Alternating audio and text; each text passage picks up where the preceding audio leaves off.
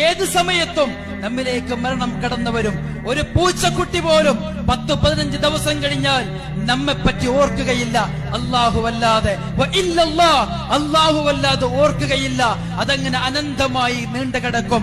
ഒരു മൃഗത്തെ പോലെ, ഒരു നായയെ പോലെ, ഒരു കുറുക്കനെ പോലെ, ഒരു പട്ടിയെ പോലെ ചത്തൊടുങ്ങി മണ്ണോട് ചേർന്ന ഒരു ശരീരമായിരിക്കില്ല നമ്മുടേത്.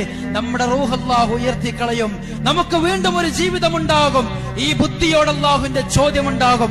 എങ്ങനെയാണോ ഒരു തരിമ്പുമില്ലാത്ത, ഒരു കൃഷിയുമില്ലാത്ത ഒരു പ്രദേശത്ത് അല്ലാഹു മൊട്ടിട്ടുകൊണ്ട് ഒരു വൃക്ഷത്തെ പടുത്തുയർത്തുന്നത്, അതുപോലെ നമ്മുടെ ജീവിതം അല്ലാഹു റീബിൽഡ് ചെയ്യും, പുനരുദ്ധാരണം ചെയ്യും, വീണ്ടും നിർമ്മിക്കും. ആ സമയത്ത് ചോദ്യമുണ്ടാകും. കല്ലാ സൗഫ തഅലമൂൻ സുമ്മ കല്ലാ സൗഫ തഅലമൂൻ. നമ്മളത് അറിഞ്ഞിട്ടില്ലെങ്കിൽ വഴിയെ നമ്മൾ അറിയും. കല്ലാ ലൗ തഅലമൂന ഇൽമൽ യഖീൻ. നിങ്ങൾക്കെന്നും മരണം